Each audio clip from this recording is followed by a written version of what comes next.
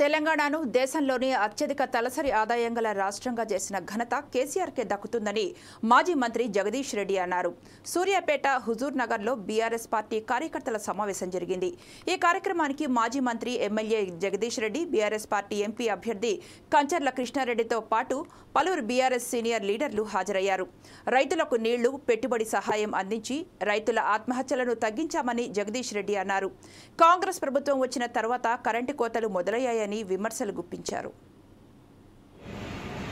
ఎండిపోతున్న పొలాలు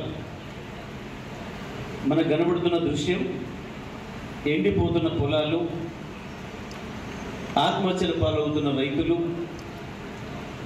వచ్చిదాని కరెంటుతోని మళ్ళీ బావుల కాడికి, బోర్ బావుల కాడికి పోవాల్సిన దుస్థితులు, పాము కాటుకో తేలు కాటుకో గురై కరెంటు షాక్ గురై చచ్చిపోతున్న రైతులు, పొలాలలో పడి ఏడుస్తున్న, తను పెట్టుబడి పెట్టి సాదుకున్న పొలం తన కళ్ళ ముందే ఎండిపోతుంటే కన్న బిడ్డలు చచ్చిపోతే ఎట్లా ఏడుస్తారో ఆ పద్ధతిలో ఏడుస్తున్న రైతులు,